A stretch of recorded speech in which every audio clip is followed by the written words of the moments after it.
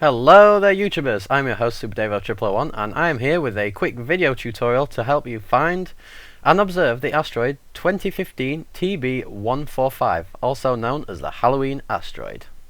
Now why am I creating this video? That's because not only is this a very interesting object to try to observe and one that doesn't come around very often, but it's also one that's quite difficult to observe and quite difficult to actually know where to point the telescope because there aren't that many documents or anything like that out there. Plus, depending on where you are in the world, it actually can be in different places.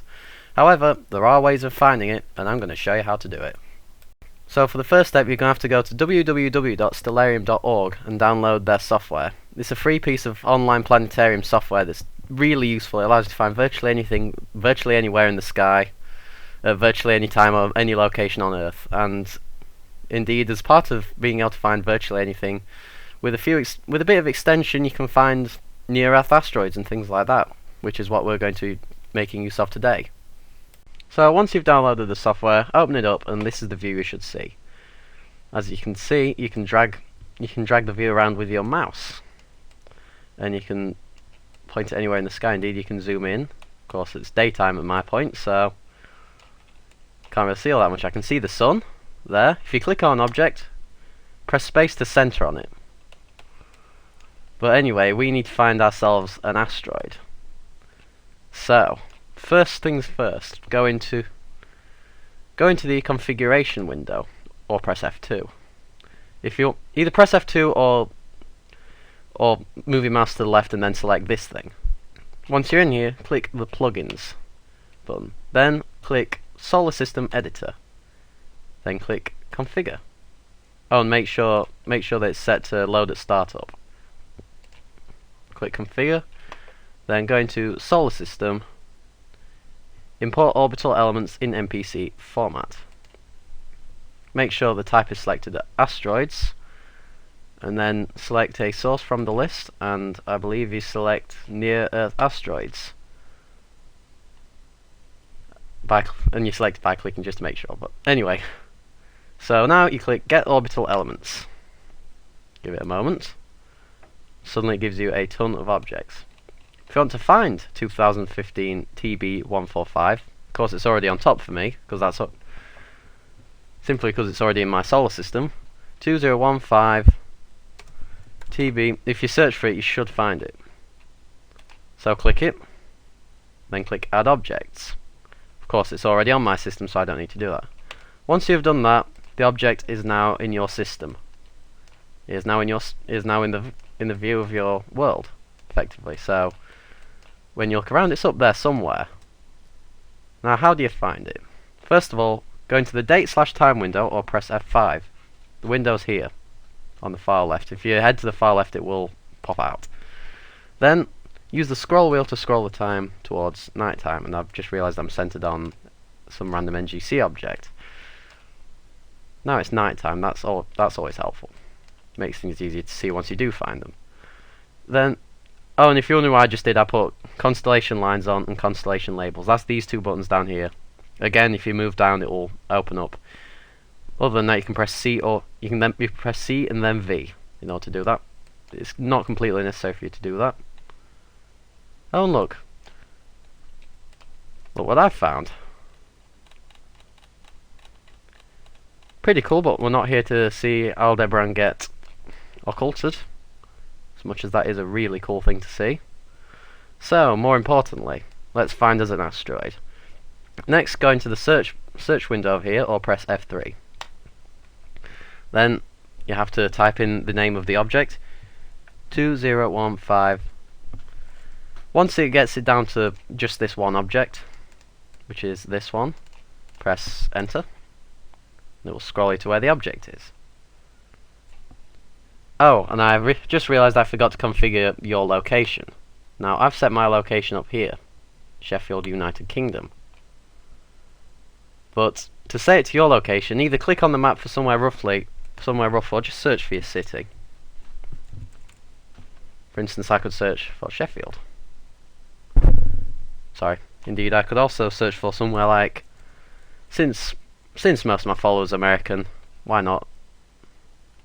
So let's search for New York, why not?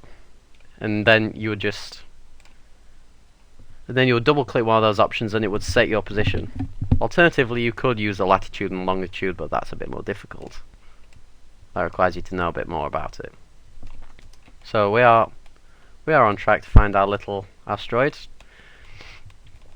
So what can you find out about it? Well, let's set the date to its closest. Let's set the time to its closest encounters. Round about. Well, the closest encounters during the daytime, annoyingly. Let's just go a bit before. So what can we find out about it? Well, first of all, we can obviously find out its position. But if you look over here, you can see the magnitude. That's the brightness of it. The lower this number, the brighter it is. At 12, or 11.98 anyway, it's visible with... It's just about visible with a large amateur telescope, but it's easy to photograph. That changes over time. As you can see during the daytime, or maybe you can't, it's now 10.73. That's easily bright enough to be visible. And just as it goes dark, it gets to about 11.3. So if we head back to here, this is what... a couple of good opportunities to find it. If you want to actually help yourself to find the position, it should be quite relatively easy to find at these points, because over here it passes really close to Pi Orionis, or Pi Orion, whatever. Pi Orionis, I think. So you can zoom in, and you can see that they are actually very close together.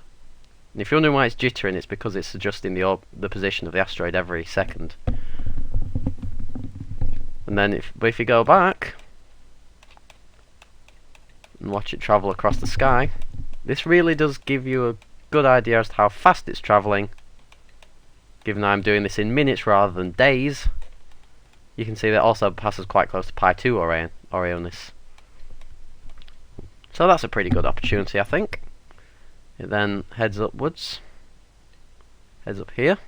It's almost circumpolar at this point, before it heads into Ursa Major. And as it gets dark, it passes kind of close to Merak in Ursa Major. These stars are quite easy to find. I'll show you how to find them in a moment. And then it passes very, very much closer to FAD. And also this thing, this NGC object. I forget what NGC that was, I found it earlier. But it doesn't seem to want to select it. Tell you what, go into the Sky View and Options window, click Nebulas, and that'll bring it up. Oh, it's a Messier object, 109. And then somewhere around here is my lovely asteroid.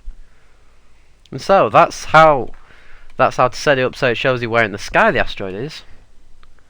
But now in order to find it in real life, you're going to need to find the constellations. The plough is quite easy. Look to the north, try to identify this pattern. There are a couple of phone apps that might help you. I'd probably recommend Starwalk, even though it's not free. But try to find the plough. This should be an easy constellation to find. Well, it's an asterism. This pattern here. That star, that going down kind of along there. That whole shape. Find that, and it shouldn't be too hard to find the asteroid, because the asteroid is just... Because at this particular time, take note of when this happens to you, it's close to FAD. So it should be quite visible. If you want to find it on the other opportunity, when it's close to star, indeed you can find it any time really, but oops, I've gone the wrong way. You can find it any time. It's just more difficult that way. It's easier to find it at these specific times. Right, where is it? Sorry. Yeah, you can find it in any gap in the sky. It just takes a bit more work, but you can quite reliably find it in these sort of places. But to find Orion is easy. Notice the moon's there. Look below the moon, directly below, to find 3 stars in a row. Ignore the fact that it's just selected 3 NGC objects rather than stars. That's not my fault. But these 3 stars, Alnitak, Alnilam and Mintaka, and yes, I did have to look that up just then. These stars are Orion's belt. Now try to find the rest of Orion. Try to find Safe, Rigel, Betelgeuse, that's the one that might explode in the next however long, and that's Bellatrix, and that's Mysa. But find Bellatrix, and then find these quite faint curve of stars across here, just to the right. Up here, you can see is Pi Orionis. the Orionis pair. And between them, you'll find TB145. Apologies for the noise of my cable, by the way. It's kind of lodged between my chair and my table. That's annoying. But anyway, so that's how you find them there. But these opportunities will vary depending on your location. For instance, if I go onto the location window here, let's see what happens when I move from observing in Sheffield to South Africa. You can see it's moved a bit. Admittedly, the whole sky's moved a lot. If I start moving around, it does shift it a little. Although actually, it doesn't shift it nearly as much as I thought it would. So you're probably looking at the same opportunities from most places. Right,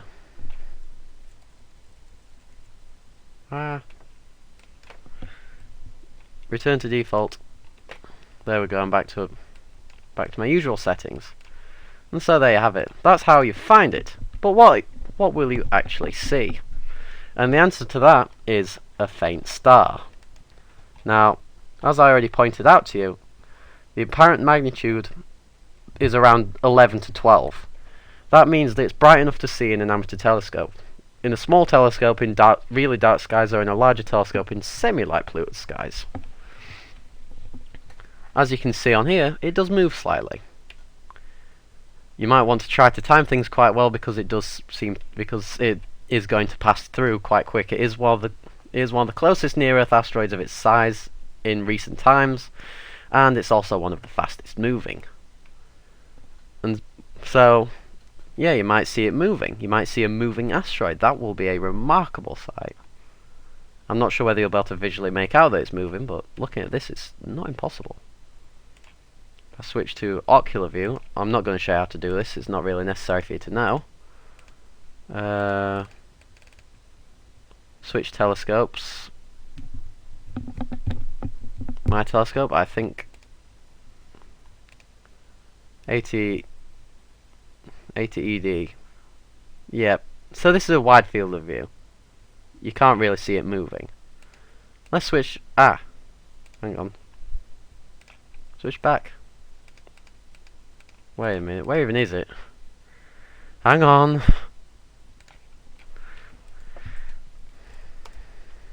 It's drifted. Okay, I've now got a more zoomed in eyepiece. If I zoom out, stop it. I've lost it again. This is a bit of an amateur video. Come on. There we go. Go back. Now stay centered. So then with the 80 ED telescope, it's a reasonably wide eyepiece by the looks of it. Sorry, accent. And you can see that it's not moving. Switch out to narrow it down. This is the most zoom that I could get with my ED telescope, and you can see the asteroid is moving quite visibly. It gets through the field of view quite fast. Switch to the 200p, this is basically simulating my larger telescope. You can see that it is moving really well, really visibly. So you can officially see it move. So, if you want to photograph it, then try to photograph it as a moving star. If usual tactics apply, you'll need a DSLR, you'll need it mounted to the telescope, you'll need the telescope to be tracking, which means that you'll need an equatorial mounted telescope, which means that you'll also need a motor drive. And so you'll need a long exposure for this, but try not to make it long enough that it causes it to trail. That might ruin the effect a little, but try to time-lapse it moving across the view. That will look cool. And perhaps actually try to catch it with one of the brighter stars in view, like Pi Orionis. I mean, it's not exactly a bright star, 4.6, but it's bright enough. And so yeah, that's how to observe. That's pretty much everything you need to know about how to observe this asteroid. The only other thing you'll need to know is whether or not you've got clear skies. For that, I recommend the website www.clearoutside.com, which is a website hosted by First Light Optics, and is quite reliable. And so yeah, other than that, thanks for watching, and see you next time.